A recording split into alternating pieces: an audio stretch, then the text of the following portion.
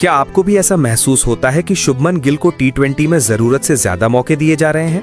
सारी इज्जत के साथ गिल एक शानदार टेस्ट क्रिकेटर हैं। पिछले कुछ समय में उन्होंने रेड बॉल क्रिकेट में गजब का प्रदर्शन किया है। वनडे में भी उनका रिकॉर्ड बहुत मजबूत रहा है। वहां उन्होंने कई यादगार पारियां खेली हैं। लेकिन सवाल ये है, क्या टी20 फॉर्मेट में गिल को फिट करने के चक्कर में टीम इंडिया का बैलेंस बिगाड़ा जा रहा है? क्या किसी और खिलाड़ी को इतने लगातार अवसर मिलते हैं? क्या ये सिर्फ भरोसे की बात है या फिर किसी खास फेवरेटिज्म की झलक?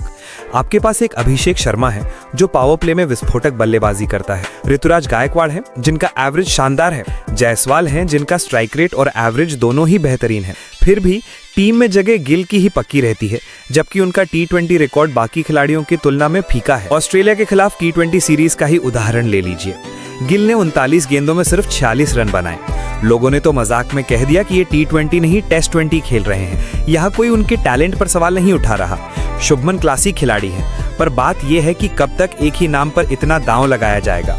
हो सकता है कि अगला मैच गिल के बल्ले से बड़ा स्कोर निकल आए, पर इससे ये सच नहीं बदलता कि उन्होंने विदेशों में अब तक टी20 में एक भी अर्धशतक नहीं जड़ा है। और जब भी पिच थोड़ी मुश्किल होती है या रन की जरूरत तेजी से होती है, उनका स्ट्राइक रेट गिर जाता है। जब संजू सैमसन और अभिषेक शर्मा की ओपनिंग जोड़ी शानदार चल रही थी, तब भी गिल को वाइस कैप्टन बनाकर खिलाया गया। संजू को नीचे भेजा गया, फिर बाहर बैठना पड़ा। जायसवाल को तो स्क्वाड में ही नहीं रखा गया, शायद इसलिए कि अगर वो रहते और रन बनाते तो गिल पर सवाल उठते। अब आंकड़े देखिए, पिछले 11 टी20 मैचों में उनके रन 15, 5, 37, 12, 4, 29, 47, 5, 10 और 46, कुल 230 रन, 25 का एवरेज और करीब 120 से भी कम का स्ट्राइक रेट। अगर यही प्रदर्शन किसी और का होता तो शायद उसे महीनों तक टीम में वापसी का इंतजार करना पड़ता।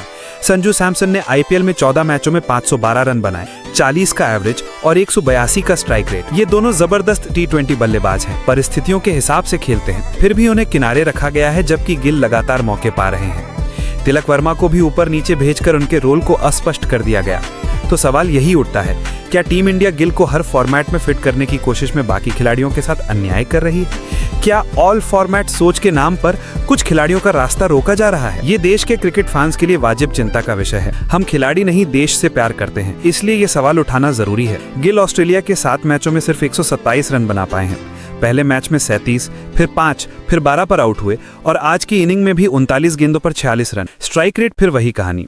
हो सकता है भविष्य में शुभमन अपने टी20 गेम को अपग्रेड कर लें और वो क्षमता उनके पास है, पर किसी को जबरदस्ती सेटल कराने की कोशिश टीम के लिए नुकसानदेह हो सकती है।